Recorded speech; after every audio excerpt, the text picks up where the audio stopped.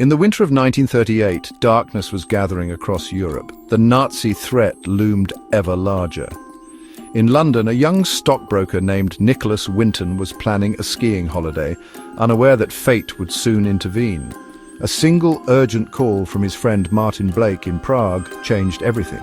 Blake described the desperate plight of refugees, especially children, trapped by the coming storm. Moved by their suffering, Winton made a life-altering decision. He would go to Prague and do whatever he could to help. Nicholas Winton realized that while agencies helped adult refugees, no one focused on rescuing children. The need was overwhelming and time was short. With urgency, he began his mission from his hotel room, establishing a rescue operation. He raced against Nazi aggression. He navigated bureaucracy to evacuate children from Czechoslovakia to Britain. The Kindertransport scheme required visas, medical certificates, and foster families. Winton and volunteers worked tirelessly, meeting parents and registering children. He even forged documents, knowing delays meant death. Back in London, he appealed for foster homes, battling indifference to save lives. On March 14, 1939, the first train carrying Jewish children left Prague for London just before Nazi occupation. Parents said goodbye, sending their children to safety from Nazi terror. The journey was dangerous, through Nazi Germany and the Netherlands, before crossing to Britain. At Liverpool Street Station, they met foster families, finding a safe haven. Winton organised 8 trains, saving 669 children. But the 9th train, set for September 1st, 1939, never departed due to the invasion of Poland. The 250 children likely perished in the Holocaust, a tragedy that haunted Winton. When the war ended, Nicholas Winton, like many others who had performed extraordinary deeds, simply returned to civilian life. He did not seek accolades or public recognition for his pre-war rescue efforts in Prague. He served in the Royal Air Force during the war. Afterwards, he married Greta Gilstrup, a woman of Danish origin, and they raised a family. He pursued his career, worked for various charities, and lived a quiet, unassuming life in Maidenhead, Berkshire.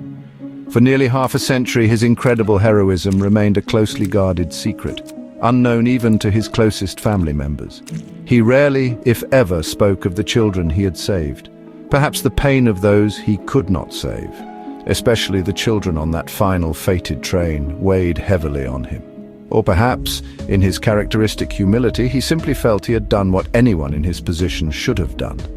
There was no grand announcement, no seeking of praise. The children who had arrived in Britain grew up, many never knowing the full story of the man who had orchestrated their escape.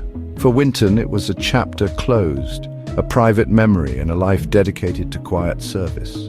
The silence was finally broken in 1988, quite by accident. Winton's wife, Greta, was clearing out their attic. She stumbled upon an old leather-bound scrapbook. Inside, she found a meticulously kept record, lists of children's names, their photographs, letters from desperate parents pleading for help, travel documents, and correspondence with officials. It was a detailed archive of the entire rescue operation from Prague. Greta was astonished. She had known her husband was a kind and charitable man, but the scale and bravery of this wartime undertaking were a revelation to her. Understanding the immense historical significance of the scrapbook, Greta Winton decided it could not remain hidden.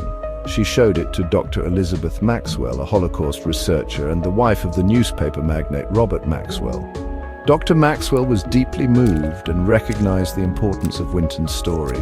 She began the process of bringing his quiet heroism to public attention. Slowly, the details of Winton's children, as they came to be known, started to emerge, first in local circles and then quite dramatically on national television, thrusting a modest hero into an unexpected limelight. The most public revelation of Nicholas Winton's actions came in February 1988 during an episode of the popular BBC television programme That's Life, hosted by Esther Rantzen. Winton, then nearly 80 years old, had been invited to be in the audience, unaware of the full reason. Rantzen began to tell the story of the Czech Kindertransport, and then revealed to the unsuspecting Winton that the woman sitting next to him was one of the children he had saved. Esther Rantzen then turned to the wider audience and asked, "Is there anyone in our audience tonight who owes their life to Nicholas Winton? If so, could you please stand up?" To Winton's utter astonishment, more than 24 men and women rose to their feet all around him. In the years that followed, Nicholas Winton received many well-deserved honours for his bravery and humanitarian work, and he became Sir Nicholas Winton. Sir Nicholas Winton passed away peacefully on July 1st, 2015, at the age of 106.